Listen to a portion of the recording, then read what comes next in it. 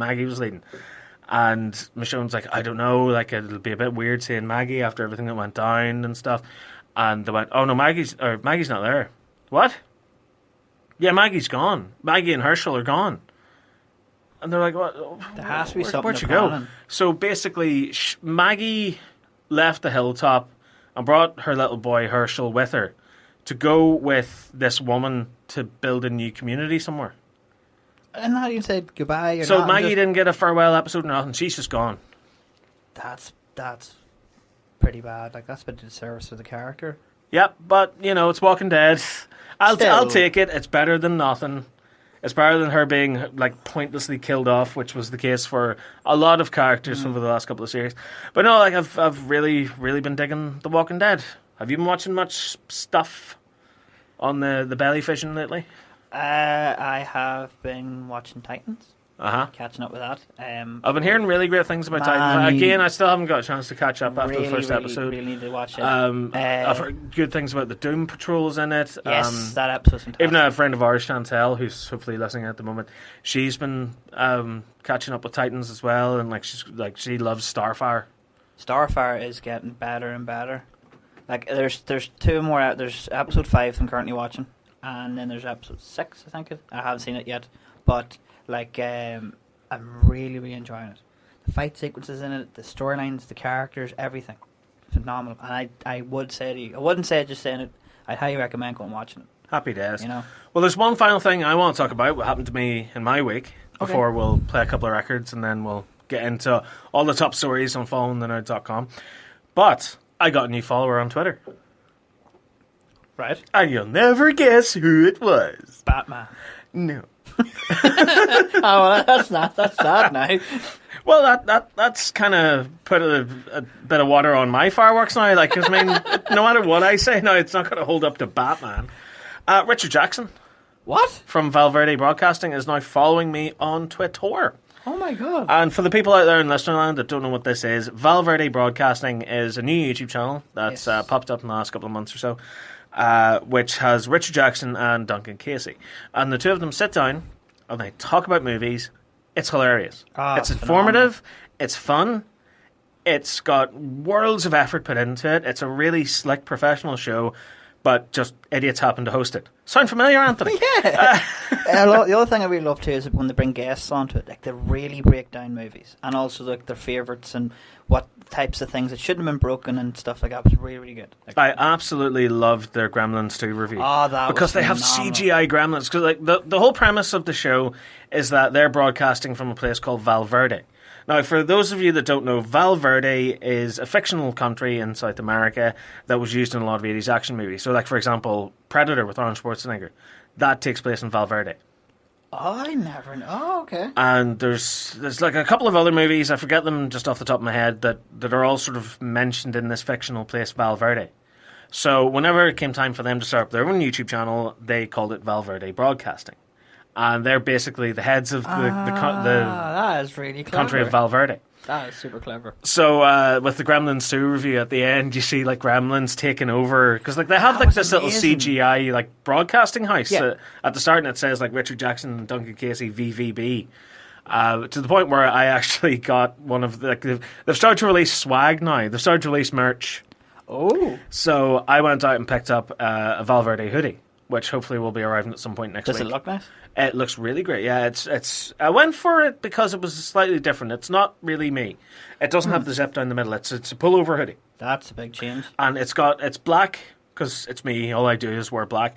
And it's got the white VVB Valverde Broadcasting logo across the center of it. But no, it's a really, really great channel because the two of them, like Richard Jackson in particular, is the MVP because he is so funny. Yeah. Like, he has no filter. Oh, the things beautiful. he comes out with are just hilarious. I mean, they slay me every single time. They were part of another YouTube channel that we don't really like to talk about anymore. But they decided to break off and form their own channel now. And I'm telling you, the only reason I watched that other channel was for Richard Jackson and Duncan Casey because they did, like, movie commentaries and stuff. Oh, yes. It's comedy gold.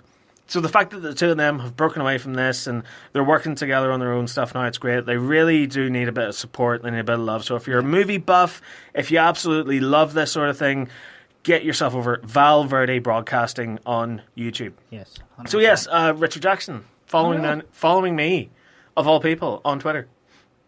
I would be saying hi. I'm nervous though. Why? I don't know whether or not I should like send him a wee private message and go, hey, I kind of love you a little bit. Yeah, send it. But also a funny little 6 degrees of Kevin Bacon here. Oh, okay. He wrote our Following the Nerd review of Guardians of the Galaxy 4 years ago. What? So Richard Jackson has worked for Following the Nerd in the past. Oh my god. So yeah, there you go. Like I happened to type it into Google because I was like, what else he's done? Like Richard Jackson did it. And I scrolled down and I saw Following the Nerd reviews Marvel's Guardians of the Galaxy. Oh, I went, hang on, why is that coming up? Like I just happened to click on it and I read through the review and I read it before whenever the movie had come out. And I looked down at the bottom at the little sort of like tab at the end of the articles that tells you who wrote it and they have a little write up and stuff. Richard Jackson. I would be sending a cheeky message and going, hi. Yeah, but I mean, like I'm promoting the heck out of this channel because there's a lot of fluff on YouTube these days. It's just I should know. I'm one of those channels. But there is so much fluff out there and it gets thousands upon thousands of views. These guys have just started. They're just about to hit 2K subscribers. And they roughly get that in views per video. They deserve so much more. With the so work much they're more. putting into them videos, yeah. So please do go show them some of Val Verde Broadcasting. Anyway, speaking of broadcasting, this is the Following the Nerd Show on Bounce FM. You can check out all of our top stories on www.followingnerd.com. Send us a tweet, why don't you, at nerdfollowing. You can also get us on Instagram at Following the Nerd. You can get us on facebook.com/Following the Nerd. It's mad. You can't miss us. No, we're we're everywhere. Hi, this is Ashley Eckstein, voice of Ahsoka Tano on Star Wars The Clone Wars, and I follow the nerd.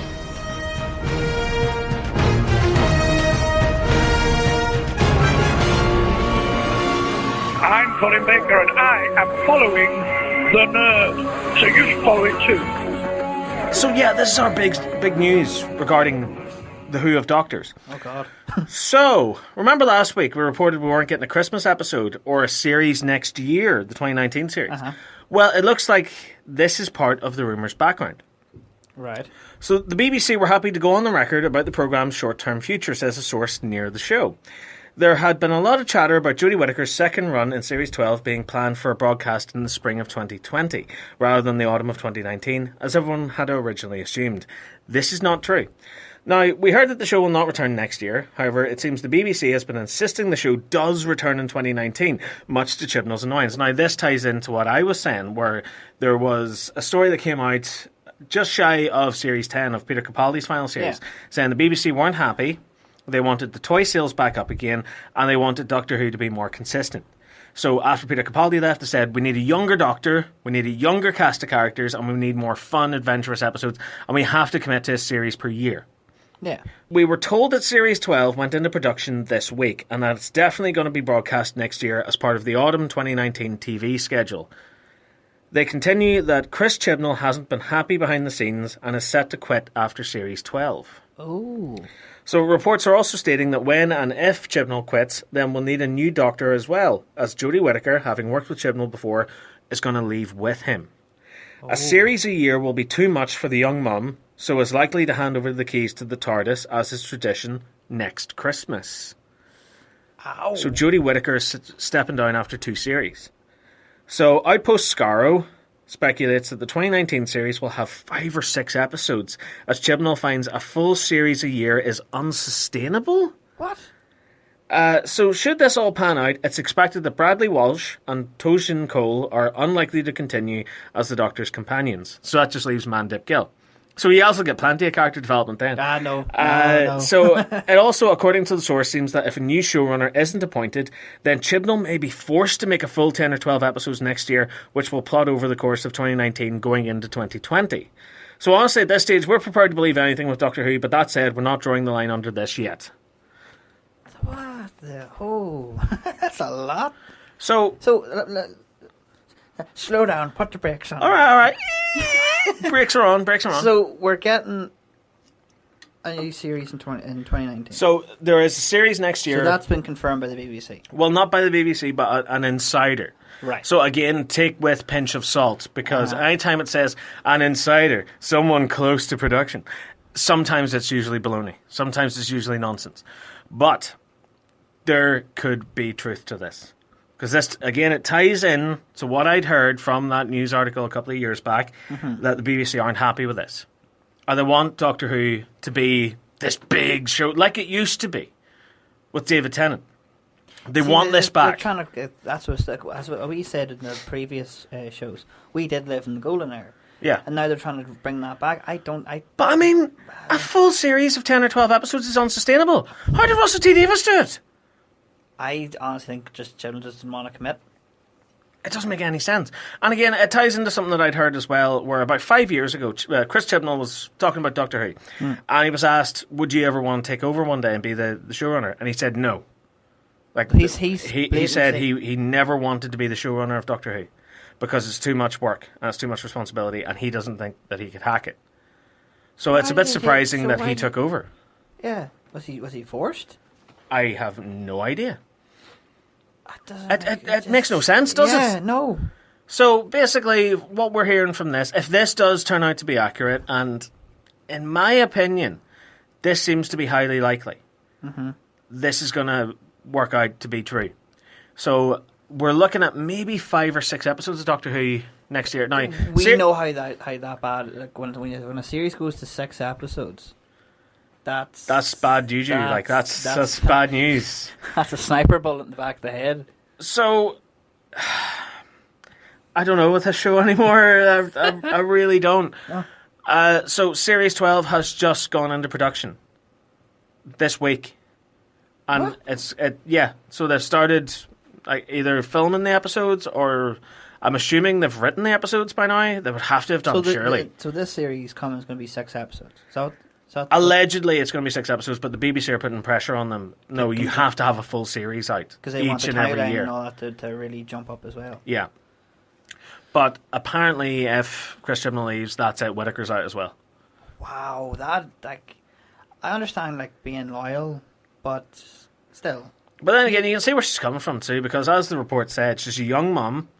She wants to spend time with her family. And we saw this happen as well recently with The Walking Dead, where Andrew Lincoln left because he wanted to be closer to his kids. And obviously, filming a show like The Walking Dead, that's bound to take it out of you, because that's, 16 episodes per year. So 7 months out of 12, you're filming. Yeah, that is so even to do 10 episodes, that would be 4 or 5 months of filming. About if anyone messes up, you have to go back and do reshoots. Well, yeah, exactly. But that would be built into the filming schedule.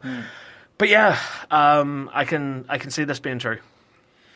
If it's 6 episodes, man, I think that sounds like curtains. And what was it you were hearing as well? You said that the BBC were forcing Chibnall to do certain things. What I've heard, now this is just all hearsay. Yeah, it's all just speculation, but we like speculation on this show, so please do, fire away. So from some YouTube channels that have been finding rumours out that a lot of them are saying that Chibnall wants to slow down and make his own, make more exciting. Well, not more exciting, more stuff he wants to do. But it's kind of the same thing as what you're saying. Is the BBC wants the stories to be more entertaining and more exciting, and that's what I heard was that if this does happen, the Chibnall's wanting to quit and leave, and Jodie Whittaker will come with him. Yeah, and I was like, wow, if you're going, not okay, yes, you're not like Axon, you're not leaving for having one series and then leaving, but still, you're just for me personally. She's only just getting really good. You know yourself with the Doctors. Usually the first series is a bit over the place, and then the second series they're really getting into the Doctor. We're going to get the exact same thing now. We're going to get her second series is going to be her best performance, and we're never going to see anything continue. Coming into her own, and then all of a sudden, boom, that's it. She's gone. Because in this, the episode that just aired there, really getting into her character. She was really I thought it was perfect. And I was like, this is what I wanted. I wanted to see her threatening and showing her authority and going if you cross and then me. she had that really great scene with the manager guy. Yeah, where she was kind of threatening, but she was being sort of nice about it, and it was like, that's the Doctor. Yeah, I love the fact it was like really like, you know, I'm authority figure here, and then when she's leaving, she messes it all up and back into her mumbling thing. I was like, that's good. That and the fact that I haven't been a big fan